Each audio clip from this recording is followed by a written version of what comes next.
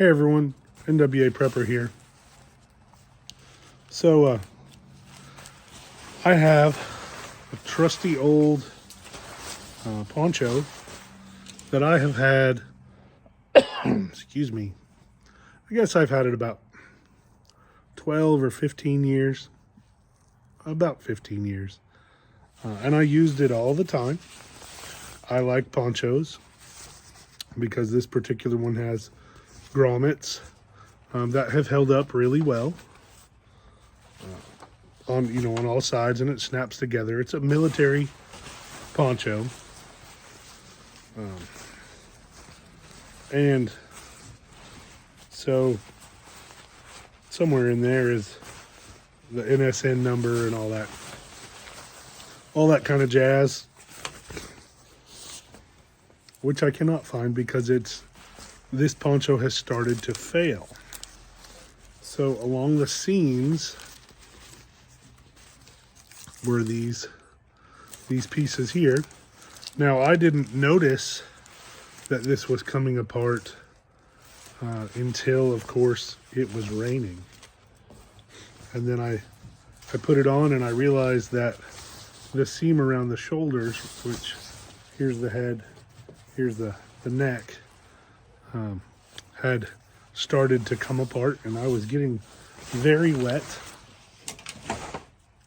So all the seams, of course, this one is the one around the neck. One of two, there was another one this way that have come off, and thus it is leaking.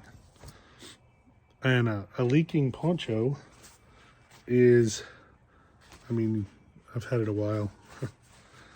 A leaking poncho is not an efficient tool.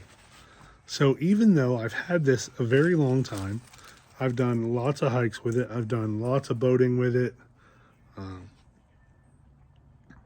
I've worn it cutting wood, well, not cutting wood, stacking wood. I don't wear a poncho when I'm using a chainsaw because it's too easy for it to get caught. And yeah, anyway, so I don't use a poncho when I'm doing that type of work. But I used it for a lot of other things. Normal rain gear, rain things. And I paid, I want to say I paid about 30 bucks for it. And this was about 12 or 15 years ago.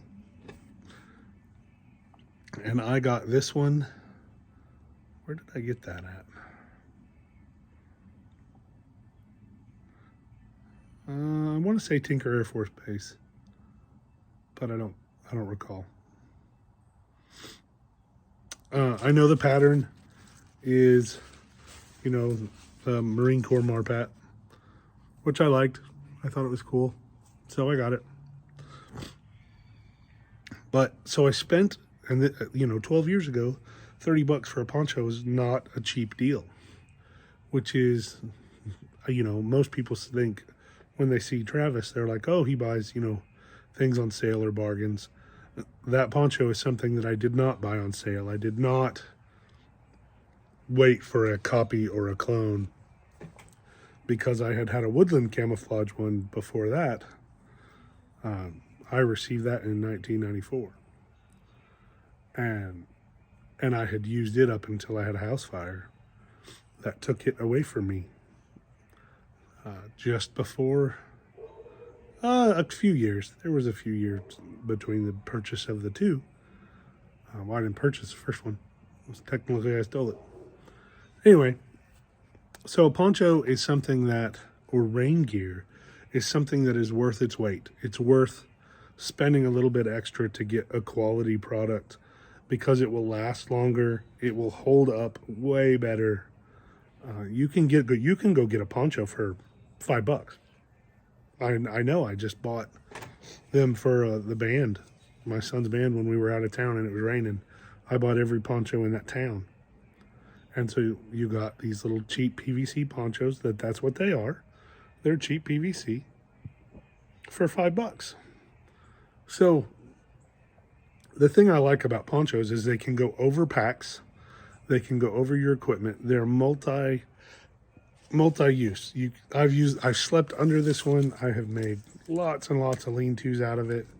I've made a rain catchment out with it. Good Lord. This style poncho, there's so much that you can do with them.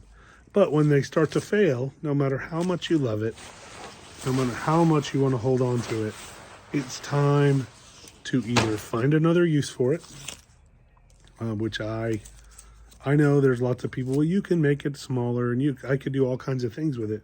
But I know me, and I know I won't. I will put it in a box somewhere and I'll go, okay, I'm gonna fix that later, and I'm gonna cut it in half and fold over the seams and sew it again and use it for something. Well, I'm not gonna do that.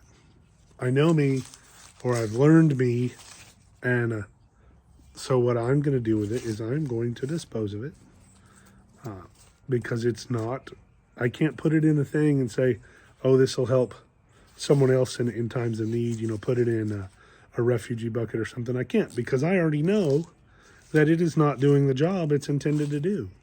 And so I'm not going to pass on a piece of equipment that I know is failing to someone else.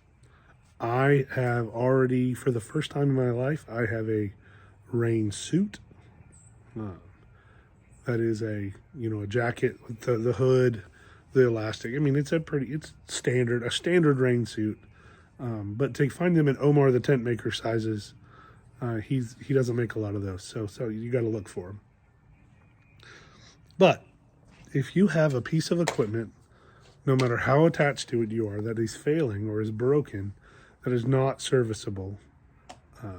I know some people could say that's serviceable, but in my knowledge and my skill set, my situation, it's not. I know I'm not going to service it. So I'm going to replace it. Even my little bag, because at first I thought, well, I'll keep the bag, I'll use it for something.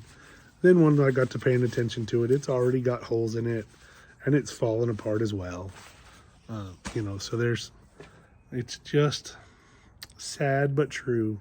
But sometimes you have to get rid of things.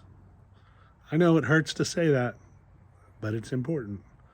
If it's worthless to you, if it's broken beyond your capabilities, your knowledge, and your willingness to repair it, so particularly something like this, it's not worth holding on to, because in an emergency, when there's something that goes on that you need rain gear, you're like, oh, I need a tarp to do this. Well, you need that tarp or that shelter half or that poncho to do its job.